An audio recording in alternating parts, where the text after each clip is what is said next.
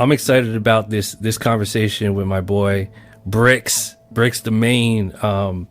One of the hardest working producers in the industry, one of the best producers in the industry. He's covering all bases. I'm so excited to have this convo with my boy.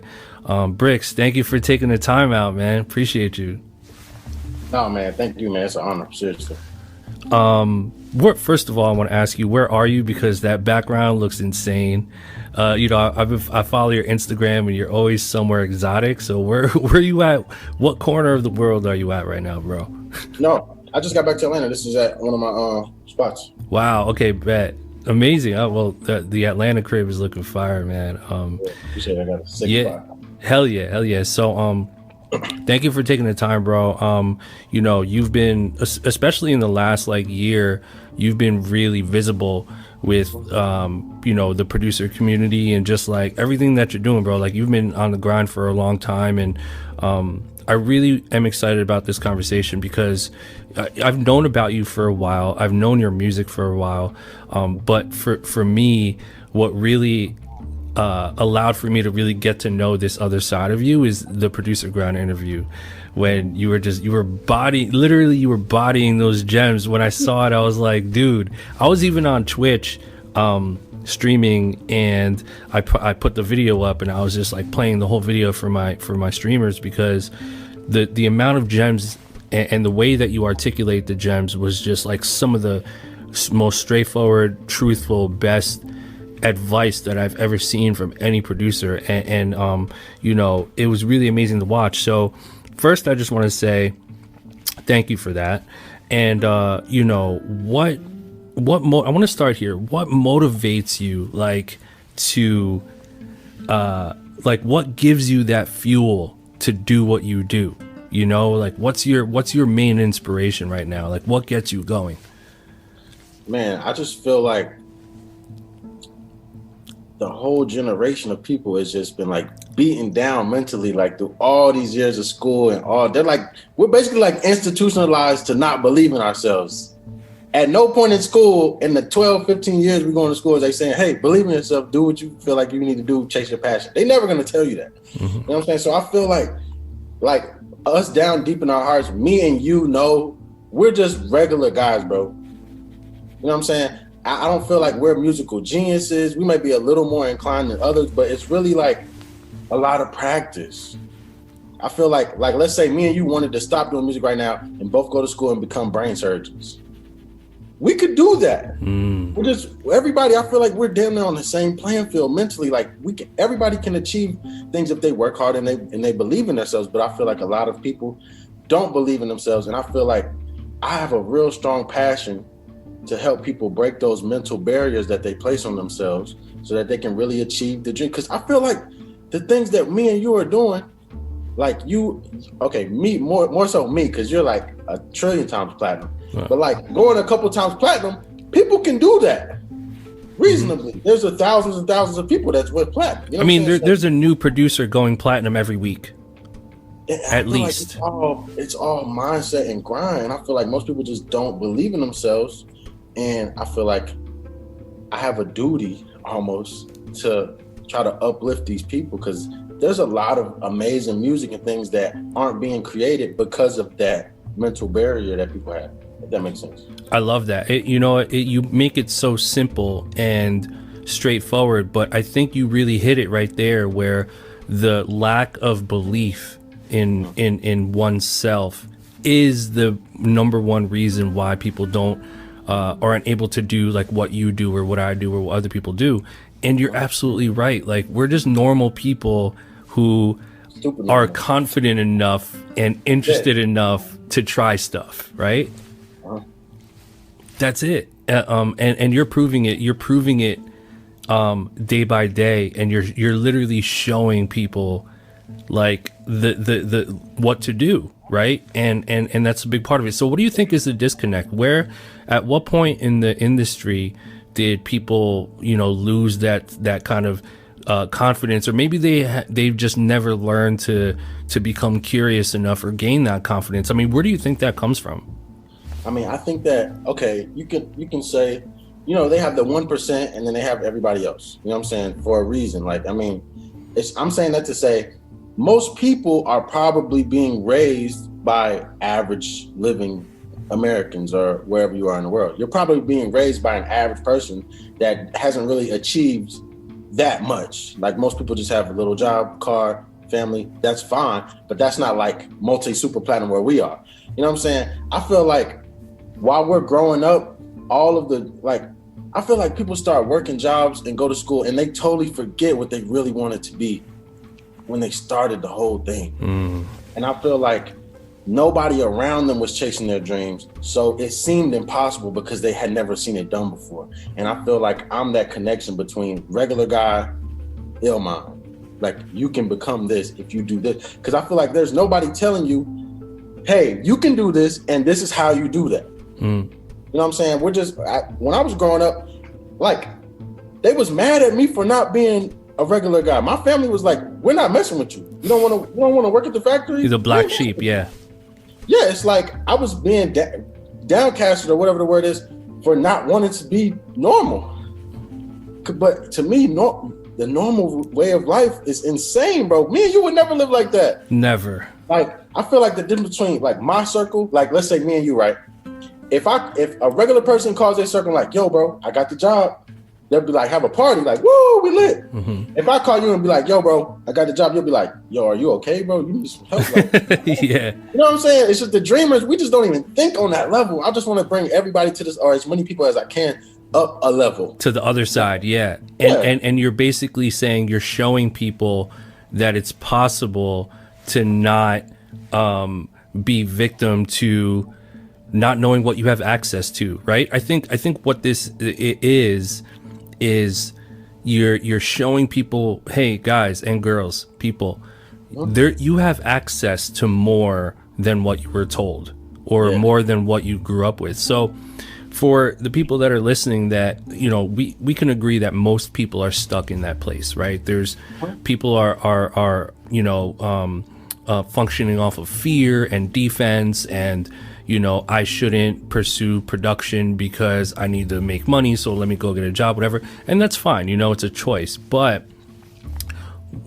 because most people are in that position, what do you think are some real simple, straightforward ways, or maybe even mind hacks for people to break out of that hole and start to take those first steps to say, you know what, I saw this video Bricks posted, and he's in Dubai and he's, you know, in the pool making beats, and I want to do that, but something is stopping me. How can I level up to get myself out of that hole, to take those first steps? What are some simple pieces of advice you have for people in that position?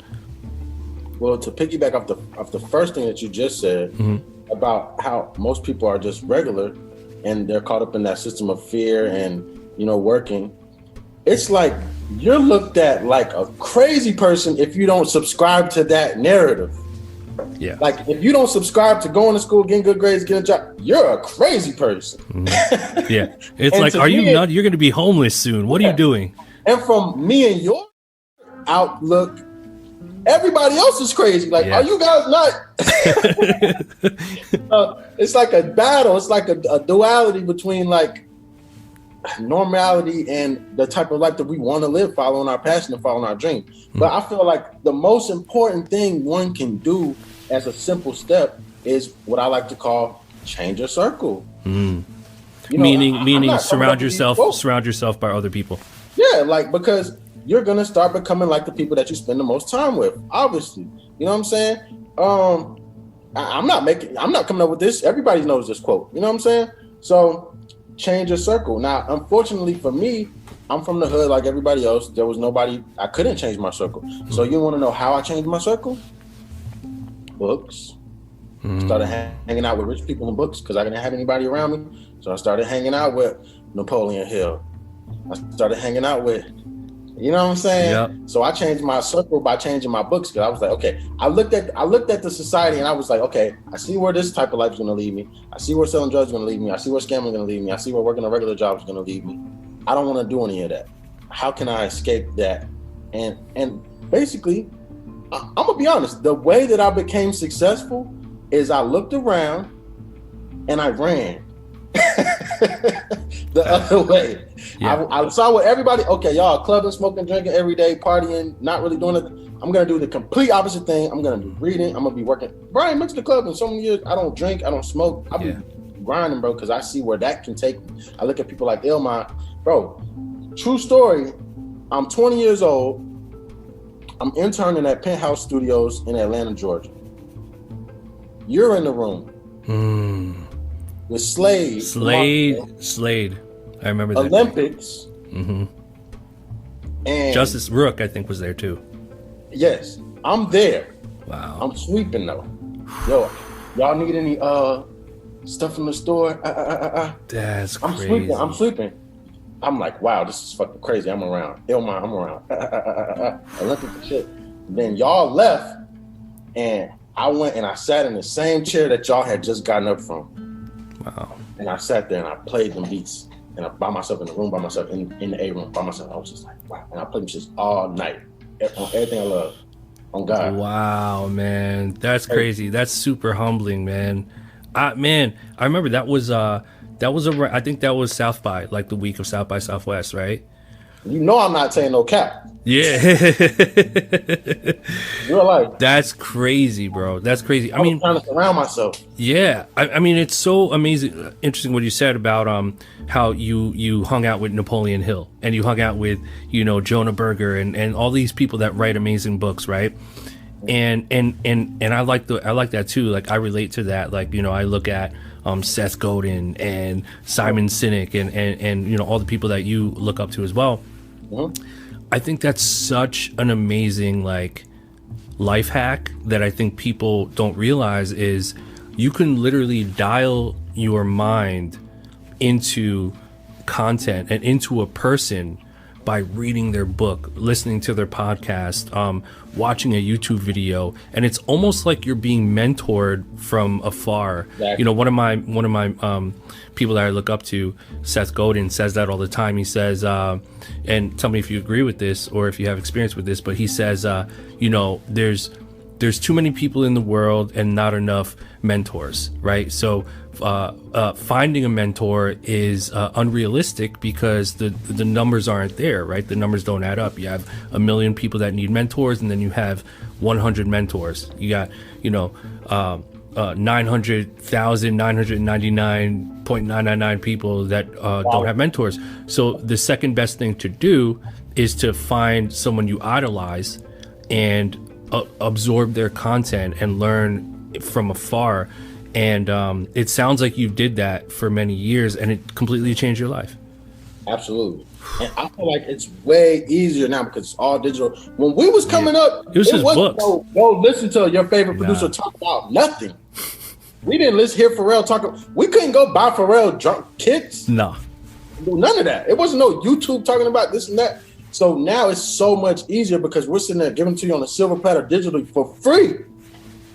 You know what I'm saying? And all you have to do is drown yourself in this information because I feel like I tell people it's just like, let's say you listen to the radio all day long and later on in the day, you're gonna have a song in your head where your thoughts are gonna be. It's gonna be a song playing. You're gonna be thinking that song. So, I try to eliminate all my doubtful thoughts by filling myself with the old mind stuff, the meditations, the manifestations, so that later on in the day, that's running through my head. Mm-hmm. I can achieve this. You know what I'm saying? So that's how an easy way I switch my mindset. I just drown yourself in information because everybody around you is probably broke. So don't be disrespectful to the people around you. Mm-hmm. Don't have an ego about it. Just say, hey, if they disagree with what you're trying to do with your life, just be like, I understand where you're coming from. I'm gonna think about that. You know what I'm saying? Mm-hmm. Chasing your dream, and I kind of lost my train of thought a little bit. But I know exactly what you're saying, though. You don't want to shit on the people that are around you. You just want to say, you know what? Like, I'm going to be over here figuring some stuff out. You know what I mean? Respectfully chase your dream. And, because you don't have to upset everybody around. Like, y'all don't want me to do this. I try to explain this to every single one of my students. It's your dream. Yeah. It's not their dream. Yep. It's not their position to see the vision. Only you see the vision. Yeah. So don't get And these people that you're trying to convince to see the vision don't even believe in themselves.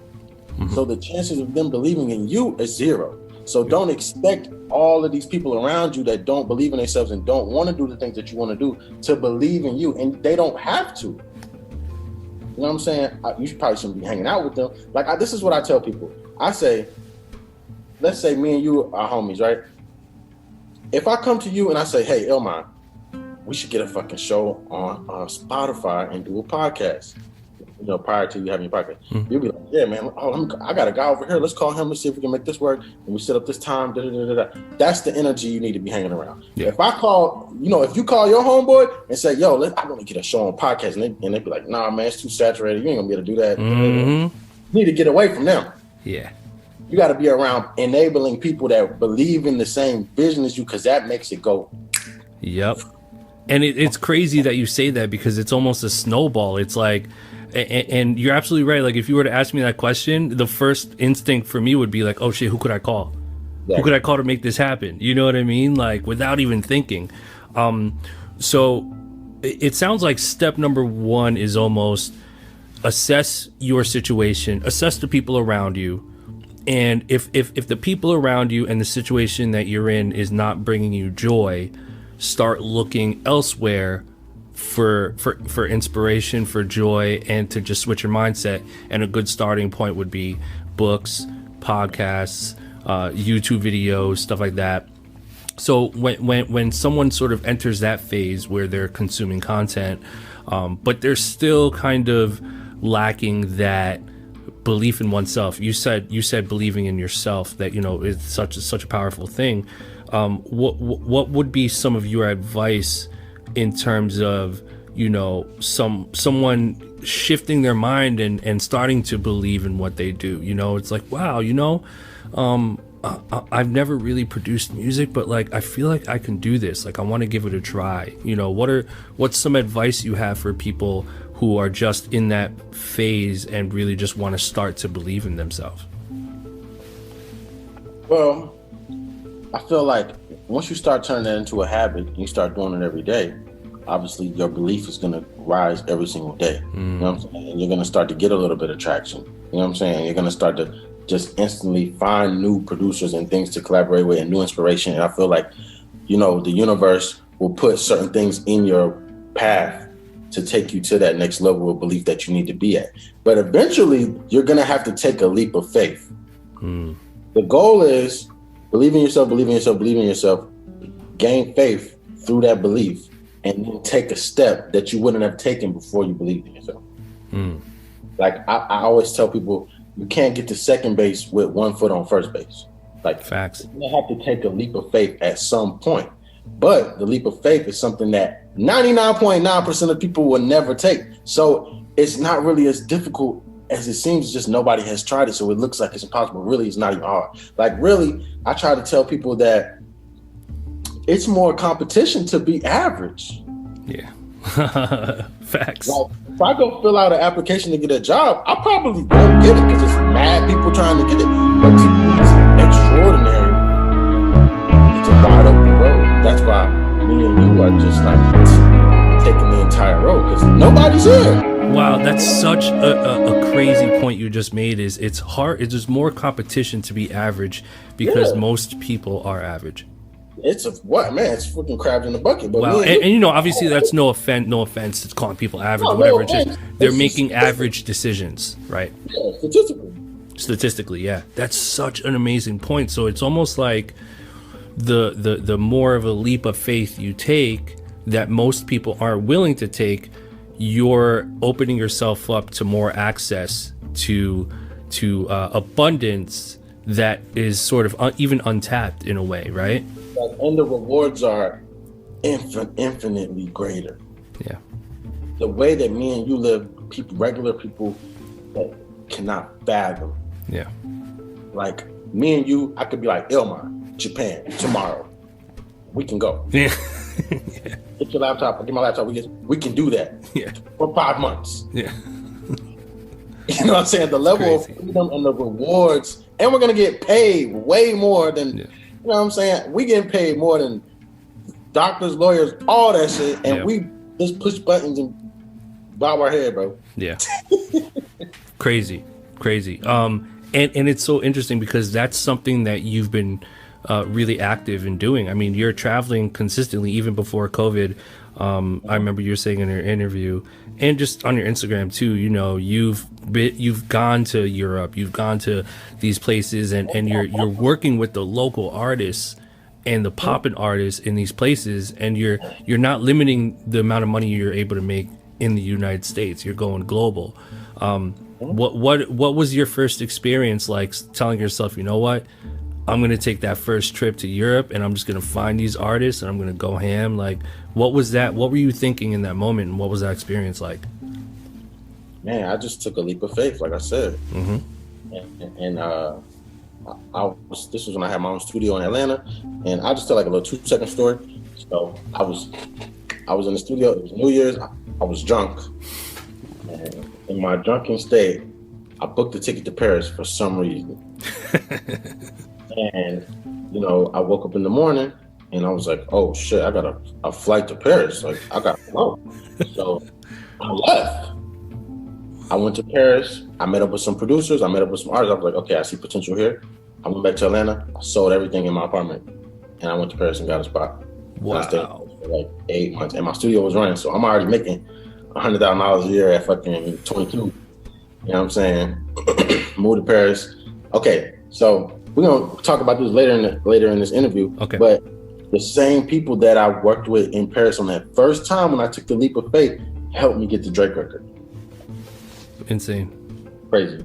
Insane. I mean, this is again further proof that, you know that quote where the journey is like driving at night on a windy road with headlights. You can only see as far as the lights go, and you can't really see anything beyond that, but you keep driving because you have faith that where you're going, that there's more road to support your journey. And I feel like that's a great example of, having faith in something, like you said, jumping in and then taking that leap of faith, and then those people in that experience opening the door to something else, and eventually you got the Drake. The crazy thing is, this is how I always looked at it, right? I can always go back and be average. Yeah.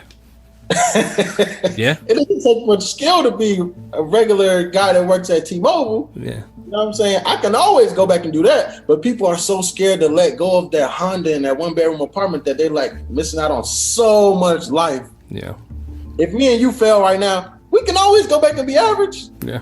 Even though our level of belief is so high, we would never do that. Yeah. You know what I'm saying? Yeah, I can't even fathom that. Nah, never. I can't fathom that. Like, I'm trying to lift people up out of there. Like, what are you guys doing? Come on, you guys make beats. You have a gift. You have a talent. Let's do this. Yeah, yeah. I like the point you said earlier about how, anyone can do it. Anyone can literally do it. And there's nothing that makes us superhuman. We just, there's certain qualities and habits that we've adopted over the years. Now, from your experience and what you've seen and what you've done, what are some of those practical habits that you've picked up over the years that have been essential to you being in this position that you're in now? What are some of those like small daily habitual things that have helped you in this journey? Okay. Get up early. Facts. Wait, let me see if I can hit a round of applause here. Get up. You heard that? You hear that? Can you hear it? I can't hear it. Get up. Yeah. This is how I explain to people. Let's say me and you running a race, right? Mm-hmm. We both running. You go over there and go to sleep for 8 hours. I'm still running. Yep. You wake up, go watch Netflix for 3 hours, go get on Instagram for 2 hours, go to the party later and go watch the game. I'm still running. Wow. Now, multiply that by 2 years and I'm on the moon, and you're like, how did it get like, cause I'm just grinding. Mm-hmm. So while they're sleeping, grind. That's why I know you see those memes where it's like, it'll be an apartment building and then it'll be one apartment cubicle with the lights on. Yep. And they'll be like, this is like while there's everybody's sleeping, grind.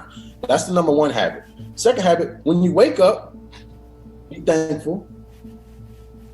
Third, I put on the motivational videos.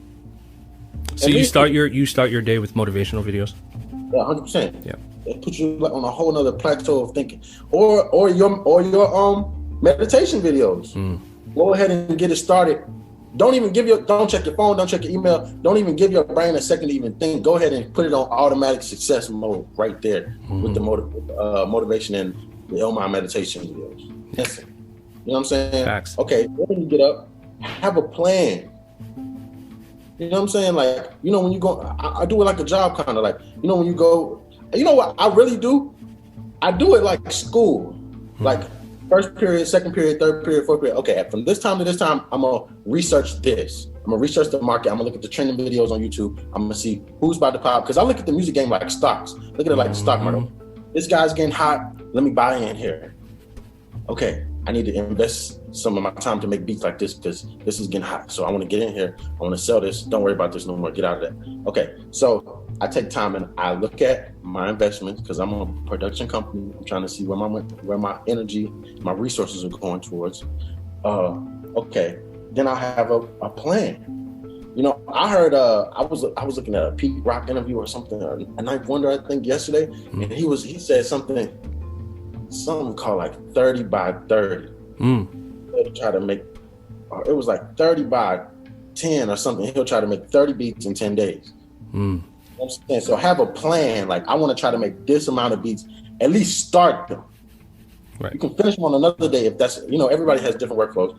But okay, then I also have a networking portion of my day where I'll get on Instagram, I'll follow people, I'll engage with people, because that's important. Yeah. Especially artists, independent artists. You know what I'm saying? Because you know how they say, like you said, ask a bunch of people, you're gonna get a bunch of no's, but the yeses you're gonna get quality yeses. There's gonna be some good yeses. You know what I'm saying? So I have a networking part of my day, I have a branding part of my day, I have another meditation part of my day. Put your shit on, and then you know, just make sure that you're getting. It's just do the best that you can every day. And then at the end of the day, I ask myself, did I do the best that I could today? If not, why didn't I do that? And I'll try to just do better the next day. And I'll ask myself, did I follow up on all of my things that I tried to do yesterday? Like my people that I reached out to, follow up. Because I missed so many placements by not following up. It's unreal. Yeah. The follow-up is important. You had an opportunity and you didn't follow up all the time. And I love that, you know, the idea of creating a regimen, create a schedule. And I bet that at the end of every day, you probably feel so good inside. Like, you know what? I did this, and this. I feel accomplished. I mean, obviously more than other days, but I think that feeling of being satisfied with accomplishment, right? It's almost like, you know, in prehistoric times, not prehistoric, but you know, in early human times where, you know, the hunter-gatherers would go out and they would, when those days where they would go out and fucking take down a buffalo and carve that shit, that felt like a great day. That was straight to feed the family for a week, right? And I feel like what you're saying is you want to get that feeling every day, like you're going out hunting these buffalo to put food on the table, and you want to try to do that every day, right?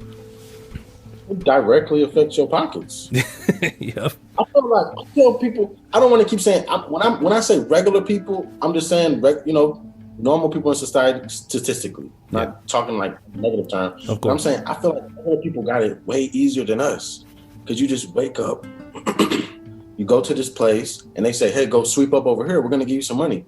Me and you, as entrepreneurs, as musical producers, every day is figure it out. Figure it out. Yeah. We wake up every day. What do me and you do? We figure it out. And we just got really good at figuring it out over and over and over and over and over. Yeah. So it's just like, I felt like over my years of figuring it out, I feel like having a regimen, a to-do list helps increase my productivity a billionfold, because it's so easy to get distracted. Yeah. Especially on the phone when you're wasting time. If you're not consuming motivational content, like, you know, do you ever catch yourself on the phone and you're like, this is not serving me, what I'm doing right now. Like, I'm literally wasting time. And while y'all doing that, guess what me and Ilman doing? Yeah. Exactly. It's so interesting what you brought up about you know, most statistically, most people, they go to a place, they do a job, they do a thing, a task, and then they get X amount of money. And again, I'm going to reference hunting and gathering. It's like, hey, the buffalo is over here. Here's your bow and arrow. Go get it. I told you where it was. All you have to do is shoot an arrow, and we'll carve it. We'll give you some of it. It's fine. But in our world, we have to figure it out, meaning we gotta find the wood. We have to make the arrows. We gotta sharpen this shit. We gotta make the bow. We gotta teach ourselves how to make the bow. We gotta find the buffalo. Yep. We have no idea where it is. And if we do find it, we gotta take it down. We gotta carve it. We gotta carry the shit back to camp. So, like you said, the reward is so much better. A whole buffalo. Oh my gosh. Beast. Like ownership. Out amongst men. Like that's crazy. So I want to go back to when you were saying belief in yourself. Now, one thing that's helped me, and I love your take on this, but when I first started making beats, like anyone else, like you and anyone else, it was this idea of, people doubting me and saying, oh, like, you still doing that little producer thing, you know what I mean? And like, just who's this, Asian guy making hip hop beats? Like, who is this kid, right? And so you have this emotion of like, you're dealing with people that don't believe in you. And the only person that believes in this thing is yourself. And so for me, what helped me gain my confidence was telling myself that my beats were good. Like, doing it and enjoying it and listening back and saying, yo, that beat I made yesterday, like, I like that one. Like, let me make more and try to chase that feeling. And then, eventually other people heard it and they were saying that I was talented. And then that's what started to boost my confidence. So how important do you think it is to show people your music when you're first starting out, or just what are some things that early creative people can do to boost their confidence level, in addition to just kind of figuring it out on their own? What are some other things that they might be able to do? Okay, I'm gonna piggyback off the confidence thing first, and then I'm gonna tell them what they can do after. So the first thing that I was explaining earlier in the week was a lot of people hear their beats in a distorted way. Because they aren't necessarily hearing their beats for how they sound in reality. They're hearing their beats through the perception of their confidence level, if that makes sense. So your beats might be fire, but you don't believe in yourself so much that you think they're whack, even though they might be fire. So you're not actually hearing how fire it is because you don't believe in yourself. Your confidence is so low, you're like, this shit whack, man. And even me and you, we'll have a down day, and we'll be like, we're making some hard shit, and we'll be like, this shit whack. And then that shit get placed. Like, always. It's about how you feel about yourself. It's about how you view, you gotta love your work, man. Like, I love my beats, and I know you do too. Yep. A lot of people don't. A lot of people be like, man, my shit garbage. And if you think that way, your shit gonna be garbage. Yep. So you gotta start changing that the programming that you have. So the thing that you can do to get better, now showing your beats to people, I mean, I don't go around showing my beats to everybody. Yeah. I know exactly what you're saying though, but I just want to make a point that, like, show your beats to people that can do something for you, like, or are in the industry or something. Not saying send your beats to me and Illmind, because I hate when people do that. They be like, yo, let me send beats. Bro. Yeah. What are we gonna do? Beats to rappers. Yeah. We've been making beats since you was pissing on yourself in the bed. Yeah. I got beats. Yeah. Okay. But what you can do to get better, and I'm sure you will agree with this 1,000%, the number one way to get better at being a music producer is to collaborate with people that are better than you in those areas. If you're weak at melodies, you need to be hanging out with all the melody niggas. Yep. If you're weak at drums, you need to be hanging out with all the drum people. Because you'll start learning those little tips and tricks every session, and you'll just become way better way faster. I was garbage for a long time because I was the only producer that I was hanging out with, so I could only be as good as I was. Mm-hmm. But now you can collaborate with even on Zoom, or it's so many avenues to collaborate. I'm working on this new app with Spotify. I just did a little TikTok for it. It's called Soundtrap. They probably reached out to you about it. And and you can collaborate like on FaceTime, like it's crazy. So there's so many ways to collaborate now. You don't even have to leave your house, and you can just get better from millions of people around the world. I'm sure you can agree with that. Yeah, the technology has allowed for us to expand our creativity in ways we've never imagined, and it's the ultimate cheat code. I mean, there's no. I mean, if you're not taking advantage of that, then you're missing out. Like even me at my level, like because I was hearing some of these like 14-year-old kids in the Ukraine like making these crazy melodies. I'm like, yo, listen, kid. Yeah. I'm gonna send you $200 and we're gonna get on Zoom. You're gonna show me how you make it. We gotta tap in, yeah. And before we couldn't do that, but now you can reach anybody in the world almost and collaborate with them and learn whatever you're missing. You can learn that. Yeah, 100%. And so it almost sounds like some of the main, it's funny because a lot of the things that we read in books. And the stuff we've learned it all always boils down to the same core elements, right? Like doing these simple everyday hacks to believe in yourself, right? So self-belief and persistence and all of those textbook things, and it sounds like those things will never change because they're true, right? I mean, we're not going to give people false information that isn't proven to work, right? So I think that's the interesting thing about it. And your journey is proof that you literally can start from nothing and create a situation for yourself. And the only person that can start doing that is you.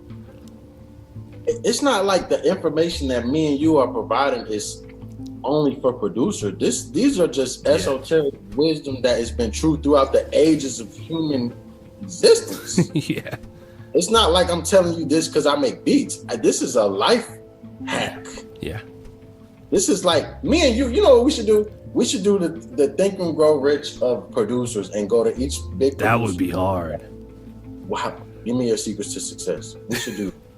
Listen, I'm not gonna steal the idea. You don't steal the idea. Listen, hey, we gotta copyright that before But hey, no, I already know that 99.999% of people listening to this won't do that anyway. So and they don't got their connection anyway. But we'll kill that. That would be inspirational, because that's what people need. That would be super hard, bro.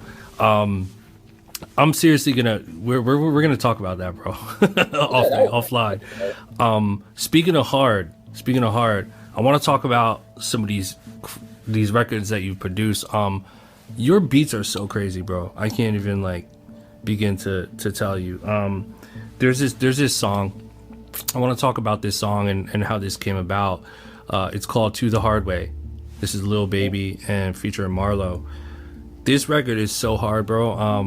Walk us through the creative part of this beat. Kind of what the experience was putting this together, and then how'd you link up with Lil Baby, and how did this song come about?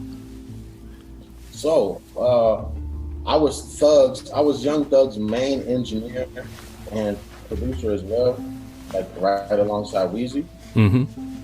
And basically Lil Baby used to be in the studio with us a long time, but he was just a street guy, just had a lot of money. And Young Thug was like, yo, man, you gotta try rapping, but he was just never with it. He would just always be around. He had the rapper persona, like he had the jury and he had he had the bread. But Young Thug was kept pressing on the rap. He was like, yo, Bricks, get some beats to Baby. You know what I'm saying? So I went in the studio with him and we started recording his first songs, and Marlo was there as well. Marlo was a street guy. He recently passed last year, a couple months ago. So rest in peace to him. Rest in peace, man. And so I had ended up doing the beat with one of my guys in Paris. So I kept that relationship. You know what I'm saying? They was constantly sending me loops. He sent me the guitar, and then I ended up doing the drums, and then I pulled it up for Baby. Then he went in there, and Gunna was there as well. And you know, because back then Gunna was kind of like on the come up. He was like Drip Season 1, Drip Season 2, so he had a lot more rapping experience. So he was helping Baby like do the verse, helping Marlo do the verse, this, that, and the third. And we ended up making a song, and it was like one of his first. I'm talking about probably his first 3 or 4 songs. Wow. Like ever recorded. Yeah. Wow. And after that, we was like, oh, this guy's got it. But I obviously at the time I'm working with Thug, so I'm not thinking, Lil Baby about to be the next thing because I'm so focused on Thug. I'm not even thinking that he's even a factor at this point. Right. So I was just doing records with him, you know what I'm saying? And then came out, they shot a video, and he ended up getting signed to QC after that. Wow. Off of that first couple little songs. And with the Thug co-sign and the Yachty co-sign, like everybody was co-signing, obviously because it's Thug's like semi-protege in a way, just like it was. So took off from there, man. Wow. Crazy. Big record. Let's play this record. This is To the Hard Way. Rest in peace to Marlo, man. Lil Baby, one of Lil Baby's early joints, produced by Bricks. And this is fire, man. Play this song very, very, very loud if you can right now.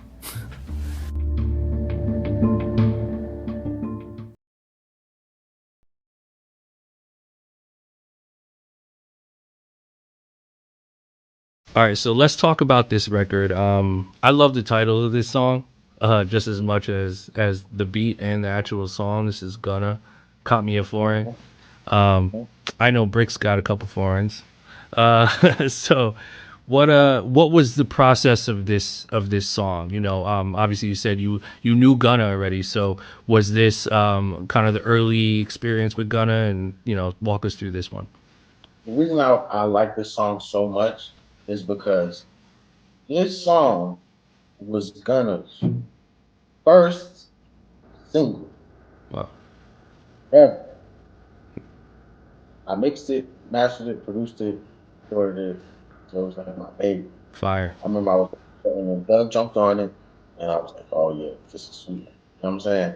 So I feel like I played a monumental role in his career at this point because I'm talking about this is like he in Miami on tour, but Gunna ain't made it yet. He ain't put out no. This is his first single, and it started taking off. And I feel like a lot of people love this song. And I'm talking about this. Me and Gunna are shopping like in H&M type vibes. We got all Thug jewelry on because Thug used to just let us wear mad jewelry, Yeah. but we had no money like that. Like I was getting paid decently. I was getting paid like $12,000 a month just to record. Mm-hmm. That's how vital my job was in the YSL camp. But yeah, it was a crazy time, man. I'm Wow. talking about Yo Briggs can call me Uber man. Wow. That's So crazy, the man. progression was crazy because I feel like this record kind of sparked the flame that led to the massive success that is Gunna today. Wow. Wow. That's insane. Like, you know, and that's you know, one of the the golden moments of a producer that we all are trying to chase is, you know, we have this kind of desire to like break artists or at least help break them, right? And we take a lot of pride in that. So what was going through your mind, you know, working with Gunna? I'm sure it was just like, yo, that's the homie, like I fuck with him, I fuck with his music, like we're just gonna make music and see what happens. Like what was your mentality back then? We was on tour Mm-hmm. and we had took a stop in Miami, and that was an incredible week. That same week that I did that song with Gunna, we were at Hit Factory, and I remember it just like it was yesterday, bro. We all put up on the tour bus, and I think it's called Hit Factory. It's in Miami, and we'll pull up to the studio, and it's a red Bugatti outside. Oh, damn, it's a red Bugatti outside. So Doug gets off the bus, and Wayne is right there. Mm. And at this time, there was a lot of static, so we didn't know what was about to happen. Right. So Wayne goes over there, talks to Doug, and they have a little talk, and then we go in, and then we ended up recording some songs. And the same day that I did the Caught Me a Foreign thing, I ended up doing the song with Doug and Wayne, and Timbaland was there. I'm in my early 20s, and everybody leaves the room except Timbaland. So I'm like, damn, I'm in here with Timbaland. So me and Timbaland was like cooking up for like 30 minutes. I was like, yo, I'm in here with Timbaland, nigga. That's like, fine. you know what I'm saying? I was like, yo, I used to be living in my car. Yep. I'm here cooking up with the greats. Yeah. Damn near here with Ali around this bitch. Yep. But that same night, after we got done recording, because this is how it always worked. I'll record Thug all day long. And when Thug sleep, then Gunna be like, yo, Bricks, trying to record, bro. Yeah, man, come on, let's do it. Yeah. Put a comment for him. And the next day, Thug heard it, jumped on it. He was like, yo, I think they wasn't like, I don't know what, Alex might have been too busy at the time. So I ended up mixing it. And I was already stupid good at mixing. I was just main engineer. Like I'm Thug's main engineer after Alex. Right. And then after me is the guy at Baines. Got it. Okay. So we did the record and we're on tour. And then the record comes out. And it's one of my first good records too. Cause I'm like, damn, I got a Thug Gunna record. Like that's pretty good. You know what I'm saying? Yeah. And, yeah, man, that was just a crazy day right there. Amazing. That's crazy. That's crazy. I wouldn't be able to accomplish any of that if it wasn't for that mindset switch that we talked about earlier. Taking your first foot, you got to take your foot off first base to get to second base. I wouldn't have got to all of those rewards and stuff that me and you both enjoy now if I didn't make that leap and take that mental switch, if that makes sense. Yeah, I was just going to say that, you also taking that leap of saying, you know what, I need to learn how to engineer. I need to become a good tracking engineer and take this artist from A to Z. And you did that with Gunna. You did that with, Thug and all these people, and your beats are crazy. So the execution this is flawless, man. Like the way you executed that, fire. And this song is goes so hard too, man. This is a classic. So this next record is called Live Up to My Name from Baka, the great Baka. How did this one come about, man? This one is hard. Okay, so this story is crazy. All the stories are crazy. That's why I like when you was talking on your podcast and you was like, every placement is a different story. They never come about the same way. It's always something like you never would have thought type. Never would have thought, never expected, from A to Z. Crazy. Yeah. So basically, I'm on tour with Drake at this point. I'm not gonna go through my whole tour experience story because it's long and you've probably heard it already before. Yeah. Basically, I'll give a 2-second intro to that. Okay, basically, I'm on tour with Thug and Drake. Thug's not getting paid enough on the tour. He's like, I'm about to go home. He goes home. I'm like, my goal is to work with Drake. So I call up everybody that when we got back to Atlanta, I was like, yo, y'all got y'all backstage passes still? They was like, yeah. So I got like 3 of them. I left Thug. I flew back to Norway. I bankrolled the rest of the tour. Wow. I paid for my own hotels, flights, travel. Everything. Yeah. Like, these niggas gonna see me every day. And I had my backstage pass. Not like a stalker thing. I had already had a record with Drake at the time. Yeah. So it wasn't like I'm like some just, you know what I'm saying? So I ended up getting cool. I talked about this a lot in my book. I had wrote a whole book about this because it was so crazy. So long story short, we're in Paris, right? Now, keep in mind, I had already lived in Paris, so I got mad connections. I'm calling them all my studio people, my DJs, getting people in the club, this and that. And I'm like, yo, I got Drake in town. I need a studio, bro. Like, whatever you want. You know what I'm saying? So we end up going to the studio, me and Baka, because I'm in cool with the camp. Now I'm working with Gigs, Popcorn, Baka. I'm one of the guys now. Chubbs, Nico, Morgan, you know what I'm saying? Whatever. So we go to the studio, and Gigs is like, yo, Baka want to start rapping, pull up some beats for Baka. So what ended up happening was I started pulling up some beats I did with the guys in Paris. I'm in Paris at the time, and he starts recording a freestyle. He records a freestyle. It's hard. I don't think anything of it. Tour's over. I pull up at Drake's house after the tour because I go back to LA, and I'm like, yo, where y'all at? They're like, yo, we in LA. They're like, pull up. I'm like, I'm in LA. Cool. So I pull up. And then at that point, I realized I heard the record and it was Drake's vocals on the song. I'm like, oh shit, I got a Drake cut. Oh, like I'm like, my life's about to change again. Yeah. But I didn't. Drake ended up writing the song, and then Baka came and re-recorded it over. Got it. So I kind of got a Drake cut because he owns he wrote it. Song. Yeah. There's Aubrey Graham on the credits. I don't run around saying that's a Drake cut, but I'm just saying, low key. It might as well be, yeah. Yeah, because I mean, and so basically, Drake obviously is a god in Toronto. He's the sixth god, and they start spinning the song in Toronto. That song, if anybody in this live is from Toronto, you know, you could not do nothing without hearing that song. Mm-hmm. That song plays so much in Toronto because it's like their anthem. I had like 2 Toronto anthems, and it's just like anytime I go to Toronto, I'm walking down the street, niggas know who I am, I'm taking pictures, I'm like, okay, I'm that nigga in Toronto. So I started spending a lot of time there, working with the whole local scene there, working with Wonder Girl a lot, Murda, all those guys up there. Mm-hmm. But yeah, that was a crazy story too. It's a banger too. I love that song. Wow. This are you kidding me? This is a super banger. That story is inspiring because it's another example. Random things transpiring, but you had to get out of your own way.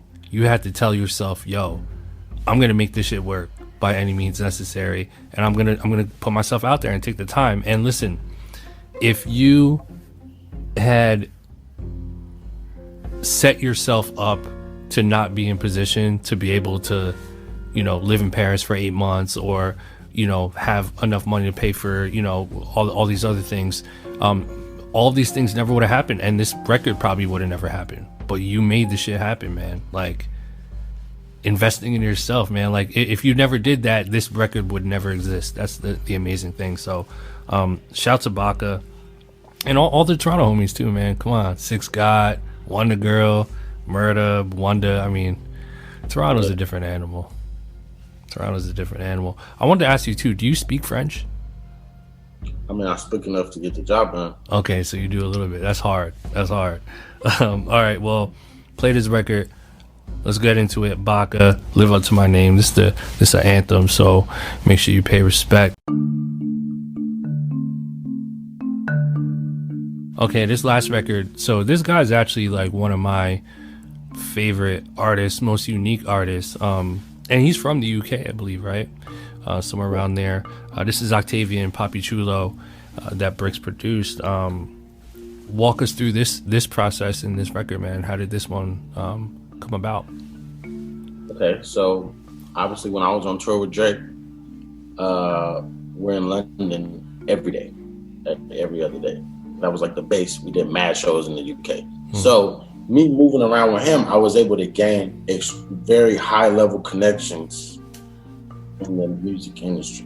So I ended up moving to London after the tour because I was like, I'm about to take this shit over. I have the perfect storm of connections. How long did you stay there? How long did you just live there? 18 months. Wow. You know what I'm saying? Flying back and forth from here to Atlanta, but I had a place in London. Yeah. And basically, the sessions, bro. This is the cheat code for overseas placements. If you're American, you can get in the room. Yeah. Facts. They trying to sound like you. I love all my overseas people, but if you're making trap music, you're trying to sound like Atlanta. That's where it comes from. Facts. So these are real Atlanta. Like, get them in here. We need them. If you're American, you can get placements like that. But so I was doing sessions. I'm working with the hitmakers over there, and I ended up running into this engineer. His name's Josh, and I ended up staying in contact with him. And he used to hit me up like, "Yo, man, send beats." After I moved back to Atlanta, so I'm in the studio in Atlanta. Fast forward 2 years or a year or whatever, and I'm in the studio. It's me, my boy Go Grizz, and Keo, who did Old Town Road. Yep. So, because me and Keo, we had already had a relationship prior to his hit and stuff. So I'm like, yo, where you at? Blah, blah, blah, blah. And was this after this was after Old Town Road, right? or before? After. So I did a session with Lil Nas X too, but that's a story for another time. So we in there, we making beats. We make a pack, like a little 3-pack, 4-pack. And I ended up sending the beats over to the guy in the UK because he was in the studio with Skepta and Octavian. He was like, yo, it's in the pack. It's in the pack. End up recording on the record. The record ends up going crazy on TikTok. Hundreds of millions and millions and hundreds of millions. Like crazy on TikTok. I'm old. I don't know this. I go on TikTok one day. I look at I'm like, oh, this is going nuts. Yeah. Okay. Now, I just spent the whole month in Dubai. The entire from Christmas to last week, I was in Dubai, right? So this is how I knew the song was stupid popular. I'm in Dubai. I'm eating at the Palm, eating dinner. I hear the song on the radio, playing in the restaurants. I'm like, okay, cool. I leave there. The mall in Dubai is the biggest mall in the world. It's open super late. I'm in the vape store, copying vape. I hear the song come on. I'm like, okay, the song's popping. And I check, I'm like, oh, this shit done passed 100 million streams on Spotify and all that shit. I'm like, oh, this song is popping. So, and this is one of those songs you can't relate to this because you make great, great, great music. Me, I make a lot of hood music, so I don't have a lot of songs that I can just play like for my mom. Like, just if we're just in a good mood, I'm just playing it, and then it's not talking about killing this and that. I can just play this song. It's a vibe. I love that. I love it. I can play this song anytime. Spin that song. Hell yeah, hell yeah. Those are the best. I call these the you can play it in Target. You can play this in Starbucks. You know what I mean? Man, so this record is super dope, man. Super hard. Let's play this record. Octavian, Papi Chulo. You know the vibe. Man, my man Bricks. What a crazy discography. The stories are so inspiring, man. You know, again, I'll say it. I know I sound like I'm beating a dead horse, but you're one of the few examples of someone who just made fire from nothing, and it continues to burn so bright, and you're taking over in so many different places. Now you've expanded from you know, obviously being an amazing producer, but you're like we said earlier, you're giving a lot back to the community. So you have this book that you wrote. You also have a course. Let's talk about some of this stuff that you have for the creative entrepreneurs out there. So tell us a little bit about this course you have and what it entails. So basically, the course is called the Bricks Academy. And basically, I have two versions of it. I have a free version and then I have a paid version. So a lot of people are getting money off the free version. You know what I'm saying? And then reinvesting into the paid version. So what the course is about is I saw a gap in the marketplace. I said, there's 10 trillion people on YouTube teaching you how to make beats. But ain't nobody teaching you how to make money. I'm gonna teach you how to make money. I was like, okay, there's a bunch of people on YouTube that ain't making no money. Okay, let me rephrase that because I know y'all gonna chop my head off for saying that. Yeah. But there are a bunch. They know who they are. They know who they are. There are a bunch of people on YouTube that are teaching you how to make beats that don't have careers in the music industry. And there are a lot of people that have careers in the music industry that aren't on YouTube. I saw a gap, an information gap. The people that are talking the most don't have the information. The people who ain't talking have all the information, but they're not telling you. So I was like, okay, I'm just gonna teach people how to make money with their beats. Like, it's because I think it's such an abundance mindset. I'm like, there's enough clients for everybody. Yeah. There's enough rappers for us to have 5 times as many producers as there are today, and we'll still get sales. Facts. So there are enough rappers. So I was like, let me teach these people how this is what you're missing. Do this. And then I broke it down like this. My course is based around a lot of people get caught up on making beats.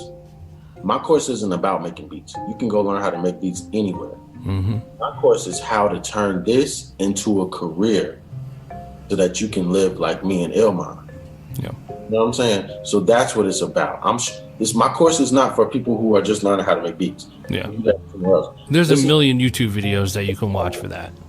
This is, once you make the beat, this is what you do with it. This is how you get connections. This is how you build opportunities for yourself, starting from absolutely nothing, just like me and you did. You know what I'm saying? I feel like, just like the story I told you earlier, how I was sweeping up outside the studio when you was in the studio even. And I feel like I've been on every single level of the game that you can be on. And I feel like I've already been through so much stuff. You shouldn't have to reinvent the wheel and fall down over and over and over and over like me and you had to. Nope. Let me just shortcut your success and tell you, hey, don't do this. This is going to ruin your brand. You're not going to make no money like this. You need to set up your brand like this, set up your online store like this, make your product like this, market to these type of artists because these type of artists like to do your beats. Tell them, hey, I'm going to give you a discount. Let me do your entire project, secure the bag. Tell them, hey, let me get this percentage. I have contract templates. You can send them. I'm teaching you how to build a career from your beats. Love it. So fire. That's fire. That's fire. Where can people sign up for the free course and then also the paid course? Where do they go? Okay, so I would just suggest everybody just sign up for the free course and see how you like it. So the free course, the link is in my bio on my Instagram, Bricks Damane, and you click the link in my bio, you sign up for the free course, and then you're gonna have a slot. It's limited seating, so you have to go and sign up. You know what I'm saying? ASAP. I mean, look, if you're listening to this right now, you need to sign up right now on your phone because there might not be any more slots left. I'm doing a training in a few hours. So go ahead and sign up now. Make sure that you're there early. Make sure that you're watching it on a computer or a laptop because I'm going to be doing the training. So the software that I'm doing the training on, it doesn't really work well on the phone. So if you get kicked out, I can't really help you because we're doing the training. So watch it on your computer or your laptop because that's where it works the best at. Make sure you bring a pen and a pad and get ready to take notes. You know what I'm saying? Because I'm going to be it's about 2 hours long. It's a training, you know what I'm saying? And plenty of people are increasing their beat sales just off the free training. Wow. You know what I'm saying? So amazing. I would advise every producer that wants to try to turn this into a real career and a real lifestyle to enroll and at least go through the free training. I love it. This is some real shit. Like, this is not like a gimmicky YouTube video. Like, this is real shit from a real person who's really doing it out here. Go to Bricks Damane Instagram, click that link in the bio, sign up for the free training, the free course, and if you want to level up after that, you can make your decision from there. But that's amazing what you're doing, Bricks. Any other what else are you releasing soon or putting out or working on right now that you want people to know about? Well, I mean, the competition ends tomorrow, so people might not hear it by the time, but I just did put out a kit with Producer Grind. Fire. And they reached out to me, they wanted to put out something. So we put out something and I said, you know what? Hey, let's do a beat battle. The winner of the beat battle is going to get to fly out to the islands with me and cook up, all expenses paid. I already did it before. I'm about to do it again. Another lucky. Because I just feel like, bro, we're so blessed. If we give an opportunity like that to somebody, that's going to change their entire life. Yeah. Like Mind of a Wolf will change your entire life. Right. Like, I'm a big fan of learn from the people who have the things that you want to achieve. Yep. Because there's too many people talking about how to do this and that and the third, and they're in their grandma's basement telling you how to do that. They don't know how to, you know what I'm saying? Yeah. I feel like the people that, the things that you want to achieve, find people that have those things, ask them how did they do it, learn how to do it. Because a lot of people, average people will sit there and they don't have any results, but they'll try to tell you about what you're doing, but they don't have no money. Yeah. So it's a simple concept. Yeah. If this person cannot tell you how to do it because they haven't done it. Yeah. You got me, you got Ilman. We've done it. This is how you do it. Yeah.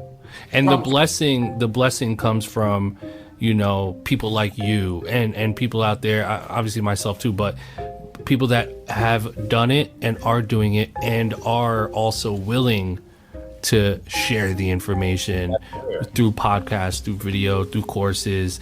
That stuff is so important, man. Like, even like, shout out to Masterclass. You know what I mean? Like, I don't.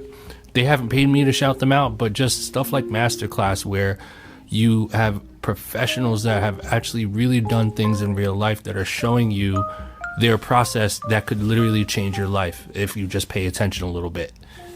That's so powerful, so important. So guys, go to Bricks Damane's Instagram, sign up for the course.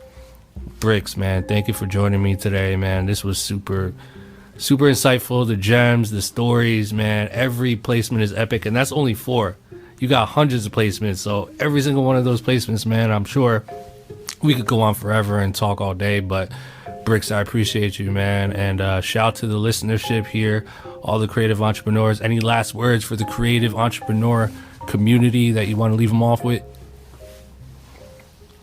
Man, don't let nobody kill your dream, man. Stay away from the dream killers, because they are plentiful. Facts. Don't worry, man. Okay, I'm gonna just drop this quick gem right here, like a esoteric gem, like, you know, like a just. We don't know where we come from. We don't know where we go after we die, bro. Everything that we're living right now is just a bunch of labels. Like, you could go outside and look at a tree, and we don't really know what it is. We really can't say what it is. We just put a label on it to cover up the mystery. That's a tree. So I'm just saying that to say, nobody knows where we're all going, bro. And a lot of people are following people based on, because they think they know where the right path is. They think that getting good grades, going to school, this and that is the right path. The people that you're following, they following somebody else. Nobody really knows.